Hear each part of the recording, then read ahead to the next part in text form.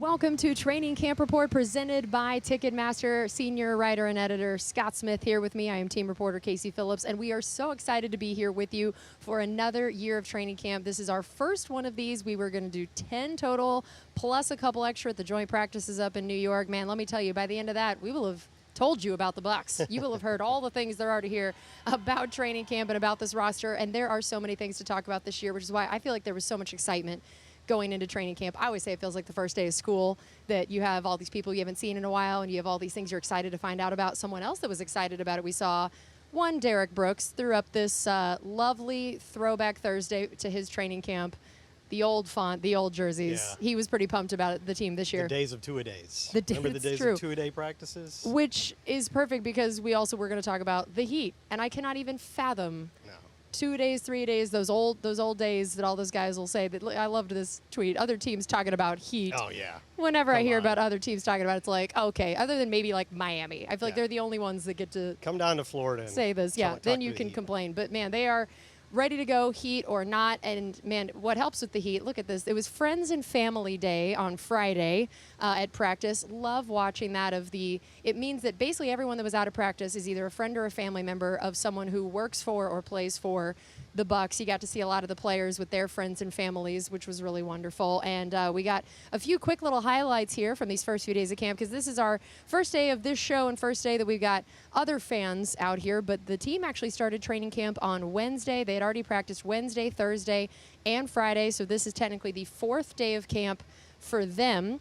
So we've already had a few days to watch out here. So let's give people some idea of some of the things that you and I were excited to look at. And I know one of those was a lot of these rookies and undrafted guys that it's our first chance to really get a good look at them. Yeah, the big story in this camp obviously is the quarterback competition, and we're going to get to that. But one of the things that really stands out to me, especially because both Jason Light and Todd Bowles independently in different interviews made a point of saying that this rookie class is the most talented they've been around in a long time, and it's huge. There's 27 of them, and 19 of those guys are undrafted. And Coach Bowles says a lot of these guys have a legitimate shot at making the roster. So there's a lot of exciting stories there, both drafted and undrafted guys. You've seen like Servassier Dennis making, he's probably not really in danger of not making the roster, but making some plays out here on defense. He had an interception the other day. So he's really been standing out. But then some undrafted guys like wide receiver Raheem Jarrett's made a bunch of plays. And we've seen this many times in training camp. You've been through enough training camps to know wide receivers, young ones, undrafted guys, they tend to pop every now and then, right? They flash. But what the coaches always say is, can they continue to do it? And I would give as an example last year, Devin Tompkins. He made some big plays early, but then he kept making plays. And it actually ended up as a practice squad spot for him, but that's a great place for any of these young guys to start. And he eventually got the kick return job and was on the active roster. So there's a lot of young guys. Sean Tucker, the running back out of Syracuse, he had a ton of yards in his career. Went undrafted because they had a little bit of a heart condition found at the combine, which he didn't know about. So that had to kind of be figured out, but he's back in action now. Lots of rookies to keep an eye on. Yeah, that's going to be so interesting to watch. And that is so true about the wide receivers. And it's when they're, the lower drafted or undrafted, they're going to have to really make big plays to stand out and consistently, like you said. But also, of course, when the pads go on. That so far, we have still not seen the guys in pads. Exactly. And that always changes things in camp. That sometimes the early part of practice just feels a bit like an extension of OTAs when it isn't that different in terms of the pads going on. But what are some of the areas on this team that you feel like in particular there's room for maybe an undrafted guy or a lower drafted guy to make a spot for himself, whether starting or just the roster at all? What's one of those areas? Well, Coach Bowles was talking the other day about a lot of areas where there is going to be good competition, but on defense, a lot of that is basically for primary backup spots, like who's going to be your third safety or who's going to be your fourth inside linebacker, that sort of thing. But there's a spot on defense that is essentially a starting job, and that's slot corner. That's not always listed on the depth chart as a starting job, but it definitely is considered one by coaches because those guys are on the field for more than 50% of the plays because opposing offenses are always running with 11 personnel, which is 3 receivers. So that's a starting job, and it is literally wide open. Antoine Winfield is not going to play there this year. Sean Murphy-Bunting is no longer with us. Mike Edwards is no longer with us.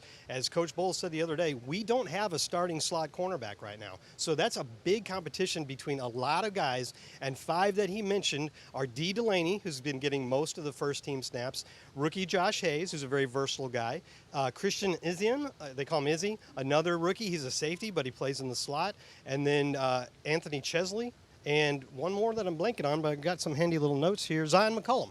And, he's more of a, you look at him and you think as an outside corner because of his frame, right? Yeah, tall, long, lanky. Yeah, but he can handle it in there a little bit, and he got a little bit of action in there last year. So that job is literally wide open, going to be one of the best competitions in this camp. Yeah, Zion's somebody that I'm really excited to watch in this camp, no matter what role he's in. Yeah. Because basically, I mean, you see him out there, that's him, number 27. And this is a guy that, had some of those kind of maybe mental struggles his first year, as a lot of rookies do, exactly. making that adjustment to the league. And I know that he has talked about the fact that he expects to make a big jump this year. Coaches have really called him out as someone that could make a big jump this year. So whatever role they're putting him in, it sounds like coaches have a lot of faith in him to be one of those guys that makes the big first to second year jump. And that's a guy that we need to. They think he will because the game has slowed down for him a little bit in his second year. Now, he came in right away, and as expected, they knew this when they drafted him, was an instant hit on special teams. Just a fantastic gunner. So he brings value to the roster in that alone. But yeah, they would like to see him step up on defense. The question is where, Casey, because you have two starting outside corners in Carlton Davis and Jamel Dean that you've given big contracts to. So is he going to play in the slot, or is he going to challenge for snaps on the outside, or what? So we don't really know. But like you said, I think they're counting on him to do more this year. Well, and speaking of Jamel, we're going to take a quick break here before we have plenty more coming out. I went and played PuttPutt with Jamel Dean just to embarrass myself and to help get some insight into who this guy is that calls himself Don't Make a Scene Dean, but I started calling him New Deal Dean after this offseason. So take a look at this, and we'll be back after that. But especially to embarrass. Of the Bay, Casey Phillips here with Jamel Don't Make a Scene Dean, who I would now also like to call New Deal Dean. New Deal Dean? New Deal I like the name. Dean. You like it? You feel it? I like it. And because now we are all so excited you're going to continue to be here with us and continue to be in Florida, we felt like we'd bring you to the most Florida thing, which is PuttPutt. PuttPutt? Yes, the Trying to Stealth test my Florida. putting skills. So how are you at this? Are you an expert? No, I'm not an expert, but I just like to do different things. Okay. To make myself feel good. Yeah. Oh, so you're assuming you're going to win based on the fact that you're going to feel good? Yeah. Wow. I trust my ability. Already. I feel like the trash talk has already begun. All right, well, let's see if you can back it up. Let's do it. So how do you even keep score? So it's just like golf where you count the number of strokes on each hole. Part two, I get 2 tries. Oh, we got the practice swing. He's so serious. Gotta warm up. Oh boy, we got the speed. Oh my goodness. Too hard, That too hard, was too hard. so close. That was wild. Is it fair to say you were a competitive person? Sometimes. Sometimes? Where would you rank on the team in competitiveness? I'm up there in the broad patch. You're up there in I'm up there in the broad patch. Like if it's a friendly game, I'm not too competitive. Yeah. But I like to be able to at least look good doing it. But but competing wise, yes, I'm very competitive during the season. Yeah. No way I missed this, right? Why? No way I missed this. We're too close. That's a big game you're talking right now.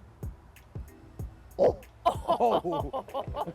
I was about to say, PuttPutt will humble you real quick. I'm trying to tell you. PuttPutt will humble you. Oh. Huh, just tap it. Welcome back into Training Camp Report presented by Ticketmaster. That was just a small clip of the larger episode of The Bay I did with Jamel where we played the whole 18 holes of that mini golf. We don't necessarily see all of it, but let me tell you, there's some very funny stuff that happens later on. So if you want to see the full thing, make sure you check out the Buccaneers YouTube and Buccaneers.com and all their social. You can find the full episode there. And he's a guy that is he's been so fun to watch grow in this league. I'm so glad he got a second contract. He's a guy that everybody on this team loves being around and has a great relationship with Todd Bowles, which is great. So we talked a lot about defense that first segment. So I know everybody out there is probably like, Quarterback, maybe we should talk about that on our first day of the show. So tell us where we feel like we stand as of now, what we've seen from this quarterback competition, and what do we feel like training camp is going to be able to tell us about it. That's what makes this camp particularly interesting. I mean, this storyline is not anything that we've had here in a long, long time. When's the last time the Bucs had a legitimate, wide-open quarterback starting competition? And I don't know. 2004, 2005, something like that. But it is Baker Mayfield, who has the experience edge, and it's Kyle Trask, who was the Bucs' second-round pick a couple years ago. John Wolford is also on the roster, and according to Baker, really knows his offense very well. So you never say never, but this is being basically pitched as a battle between Mayfield and Trask. And I know there's a lot of people out there. I mean, you hear outside sources talking. there are some assumptions that this is Mayfield's job to lose, and it's not a real competition. I can tell you for certain that's not how the coaches feel, and that's not how Jason Light feels. This is a wide open competition, and Kyle Trask is going to get every chance to win this job, and so is Baker Mayfield. And they've been pretty good so far. The Coach Bowles doesn't really want to assess what they've done too much because they're not in pads yet, but they seem to both have a pretty good grasp on the offense. And if you want to start with Kyle Trask, he was talking the other day and mentioning that, he's 6'5". He's got what they call prototypical size for a quarterback, but he wasn't playing tall, he said. He tended to crouch a little bit like this, and so you're taking away that advantage of being able to see over the defense, being able to consistently deliver your passes over the defense. He's also leaned out, as he says, so he's lost 5 to 10 pounds. He says it's made him lighter on his feet, and the other day he was able to run and scramble and not get caught by Shaq Barrett, which he thinks probably a couple years ago, Shaq would have caught him for sure. So he's playing. He thinks he's made some improvements in his game. I think he's coming out of his shell a little bit. So it's good to see Kyle getting this opportunity. Yeah, and I do think that mobility will be a big factor in this quarterback role with this new offense with Canales. That I've heard, I think Godwin joke about how, we're having to do some scramble drills. We haven't had to do that for 3 years. So I do think that getting the quarterback in movement, getting some of those improv type plays is going to be an important factor in it. How well do they throw on the move? Yes. How good is their footwork when they're having to be flushed out of the pocket? I think those are going to be important things. And I think they think that's a strength of Baker, and that's why they signed him. There were some other options out there when the Bucs were looking for a veteran to compete with Kyle Trask, but I think Baker Mayfield does do well on the run and on the move, so that'll be interesting. And the funny part about Baker, we were talking about getting a chance to come here, and he's worked with some talented receivers, but he comes here and he's got Mike Evans and Chris Godwin as his front line guys. He was just talking the other day. Spoiled. Yeah, he's like, for instance, Mike Evans. He's like that. He just has an innate ability to get open. I mean, you know how good Mike is, and you come out here and play with him, you realize it's even better. And then Kyle the other day was saying that when he first started this spring getting first-team reps, he's like, I was rusty with those guys. Like, those weren't the guys I got to throw to the first couple of years, and I didn't have timing down with them, didn't know how they ran their routes and where they got to their spots. But he's there now because he's had all this opportunity for the last few months. Well, and that's what's so interesting about a quarterback competition in training camp is who's working behind the first-string offensive line, who's throwing to the first-string wide receivers, and how long before the decision gets made, because you do want to help guys get that chemistry with those wide receivers, that it is really important to, every rep matters, and they're splitting it. They've been sort of taking turns who's getting the first day by day who gets that first set, which is going to be interesting. And we talked about how good Mike is. Everybody here knows how good Mike is, but yet again, even in the post, like Tom Brady coming here, getting the national attention era, it still feels like he doesn't always get as much love as we believe he deserves. But they do have the top 100 players out right now, and Mike has landed at number 53, which, look, that's a great number. I think all of us would put him higher. I'd have him higher. I think we'd all have him higher. But hey, 53 out of the whole league, with all positions, the whole league, that's still pretty respectable, which is great. And that is one of the things that I think was nice about Tom Brady coming here, was some of these guys who we've all known. Guys like Levante, guys like Mike, we've all known how incredible they are. It felt like finally some of the national attention that they've been due was finally there. I don't know what more Mike has to do. I mean, he's the only guy who's ever started his career with 9 straight 1,000-yard receiving seasons. And if he gets another one this year, which I wouldn't bet against, he'll tie Randy Moss for the second most ever, not at any part of your career, not just not just in a row. The only guy who would have more would be Jerry Rice, who's the GOAT of all receivers. So it's incrediable. Maybe Mike needs to throw it to himself. Maybe we need to throw him out there at quarterback for one play. I'm saying a couple more years of the production at the level he's had, you're going to start hearing Hall of Fame discussions. Yes, as he should. Also, this shot right here, you can see it's a little hard to see. Mike is on that bench. The cool bench. The cool bench, which I figured we could tell people what this is since they're showing it. This is a new addition this year. It was something they were trying out to see if they wanted at the stadium this year. It's got a little shade. It is for anybody that has like the air-conditioned seats in their car, that's the closest thing I can equate to I didn't even one know of about these. that. Oh, yes. I knew about heated seats. Yes, they have air-conditioned I ones. like that Everybody in idea. Florida needs to know about this. This is an important PSA. So that bench produces cold air through the bench, and those little pipes that you could see sticking up, they could put their helmets on it. It pumps cold air into that, and then it even had this thing they could wrap around their neck that pumped cold water around their neck. So one of the many ways that our sports science crew is trying to help these guys in this brutal heat. And we have the big trailer over there by the building. Yes, that is an air-conditioned trailer. Very, very cold in there, but that's kind of a ways away. The bench is right there. You can come right off the field and just sit down. Yeah, I always want to go sit in that, but I feel like I'm going to get made fun of when I'm just standing here and they're the ones actually working out. All right, we have one more segment coming up, so we are going to take another quick break, which yet again involves me embarrassing myself in something golf-related. I don't know why I thought this was We a got a great theme. idea. I got a theme this offseason. We were talking about the quarterback competition, so I knew that we needed to get to know Baker Mayfield better since he is the new addition to that QB room, and I knew he loved golf, so we went and played golf and enjoy this lovely video. Casey Phillips here with Baker Mayfield. It is time for another edition of The Bay.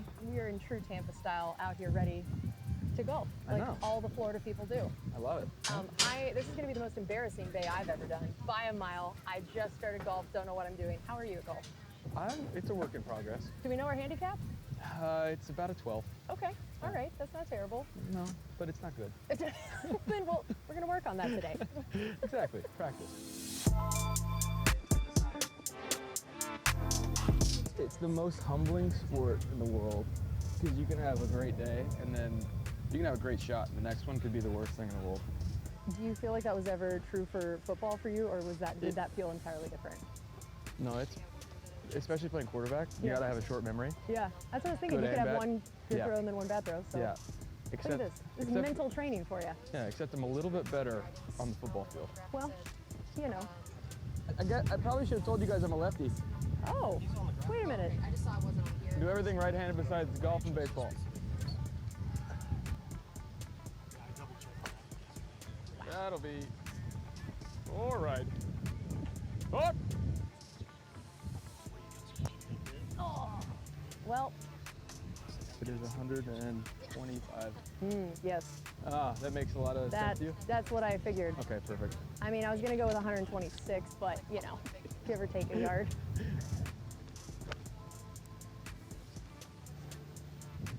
So you and your wife play and it gets, like, very competitive? It does. But we both act like we're supposed to be like scratch golfers as if we play enough. Honestly, she probably beats me more. You think she wins more? I think so. I like it. I can tell I like her already. She's only slightly competitive. I feel like that would be a requirement. Yeah. Did you say that in the wedding vows? Love, honor, cherish, and compete?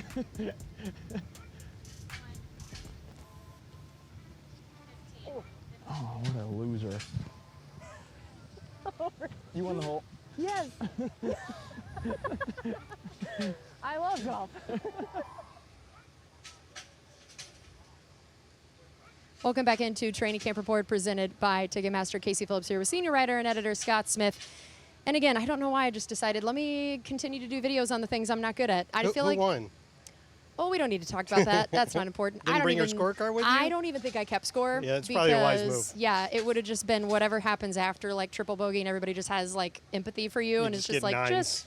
you start getting gimme putts that are 12 feet Exactly. long. So so I've just started learning golf. I don't know why I thought that was a good idea, but if you want to see the rest of the video, there's far more good golf from Baker and bad golf from me on the full-length video again on the Buccaneers YouTube. If you want to see that, he was a blast to golf with. I 100% see a lot of those intangibles people talk about with him as a quarterback of just, he's got the charisma. He knows how to do things for the videos. He's done the commercials. Like he's got Good commercials, that too. leadership stuff that it was great. So he and Kyle both are wonderful. And another guy on this team that everybody loves so much is Ryan Jensen. We've all been so happy to see him back out here and practicing some. He's kind of taking some alternating days practicing, days off as they work him back in here. And he had a press conference the other day on the 1-year anniversary of his injury and definitely got emotional, which is very understandable. We figured we'd play a short clip for you here. Yeah, it was hard. You know,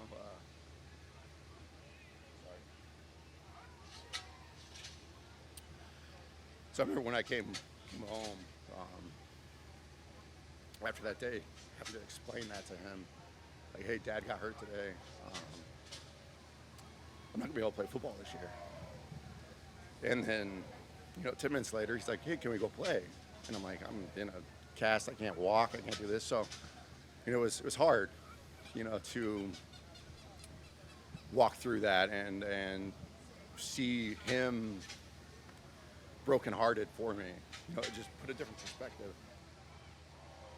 Man, just all of the love and well wishes to Ryan. I think it's so good to sometimes remember that these are not just football players, that an injury is not even just something that affects your fantasy football score or our team wins and losses, that he's having to go home and explain to his kid why he can't play with him, that there's so much more mentally to these injuries than I think a lot of us remember. And I loved that Ryan was willing to be vulnerable and open about all of that and share what it was like for him. And we're just so happy to see him back out here. And I mean, again, not just from the human perspective, but also this offensive line needs this guy that not only is he incredible from an X's and O's standpoint, he brings that fire, that meanness. He was that heart of the line. So what would having him back mean? And just as we look at this offensive line overall, after so much upheaval and turnover last year, a little bit more of it this year, what are we feeling like this group could look like? Well, first of all, you're right. I was there for that, and it was outside, but it still felt like it got a little dusty in there while that was going on. It just reminded you, like you said, that these are real people with real lives, and the stuff that happens on the field affects them for a long time. And he said it was a crazy road, he called it, to get back, but he says his ligaments are healed. He never had surgery. It was all regenerative medicine and some traditional treatment, but no surgery. Didn't get cut open once. He came back for that game in the playoffs. Says now that maybe he shouldn't have done that, but it didn't give him a setback, so it's okay. He is practicing today. He got a day off on Friday, I believe, or maybe Thursday. He is not yet. The next step for Ryan is going to be doing the full team drills. So right now you see mostly Robert Hainsey running at center as he did for most of last season. But the plan, of course, is for Ryan Jensen to be the starting center when he's fully back. And they're easing him back in, but at some point he's going to start practicing team. And like you said, that'll be a huge help for this offensive line because he's a tone setter, first of all. And he's a Pro Bowl performer. He's one of the best centers in the league, and you want to have him out there. So the story has been a tough one at times. Ryan said there were some dark days along the way when he admits, he's like, I just broke down and sobbed. He said, but that's okay. That's life. That's okay to do that. That's part of the process. So it's great to have him back. Yep, absolutely. So now let's talk about the O-line as a whole as we stand. The guys that are options, especially we got everybody on this roster right now during training camp.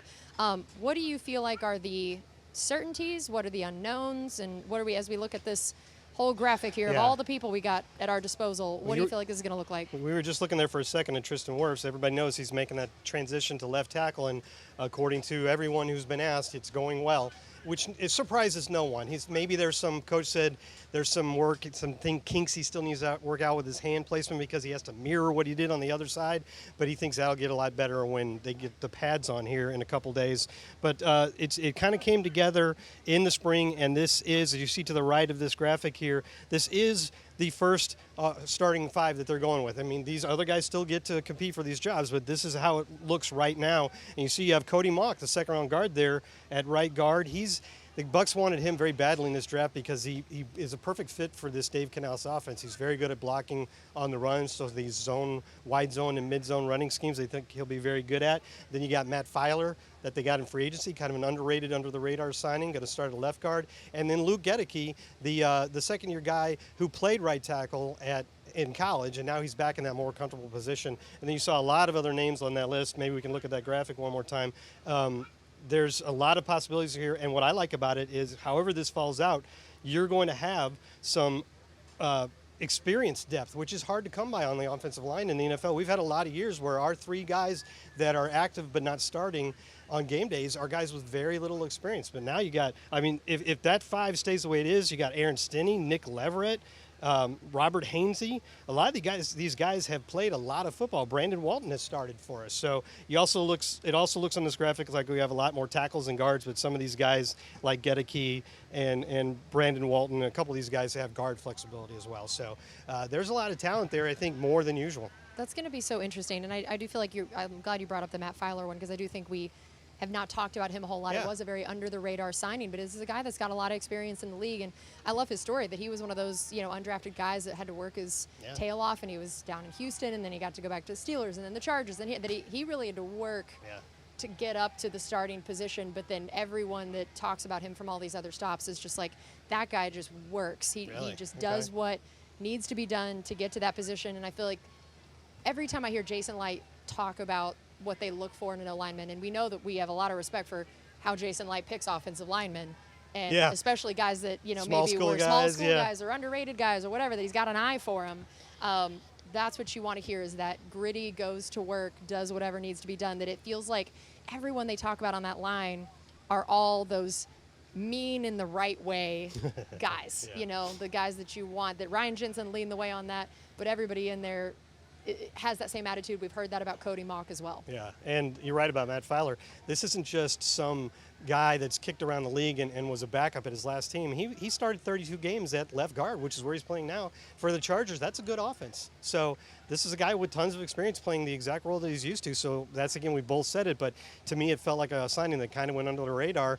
And when we signed him, it wasn't immediately like, hey, we just signed a starting guard. But then they get out there in OTAs, and there he is, first guy at left guard. So that could end up being a pretty good value signing right there. Yeah, and to feel like you have the depth, like you mentioned, that if Yeah. that is our starting five, I feel like that's not something we've said a lot of years, that we've been very worried about if someone went down. 100%. What is there to Yeah. replace them? And you talked about how many guys have played some meaningful Yeah. snaps, and of all position groups to feel that way about it, it's nice when it's Yeah. the offensive line. Yeah, I think they're going to easily be able to find 8 or 9 strong that they feel good about that could be in the starting lineup at any time during the season if something happens. And some of that happens organically, like Robert Hainsey. Now he's a very experienced guy. If he's a reserve, that's awesome. And that's because Ryan Jensen went down last year and he got 17 starts at center. So that's how that comes about. And then you end up really deepening the depth at that position. All right, well, that is going to do it for us on our first training camp report presented by Ticketmaster. Thank you so much for joining us. We will be back out here tomorrow, Monday, and then also again Tuesday. But Tuesday will actually be a night practice in the indoor, so we'll be coming to you a little later than normal. But again, we'll be back here tomorrow, Monday, and then also Tuesday with more training camp reports. So we'll see you then.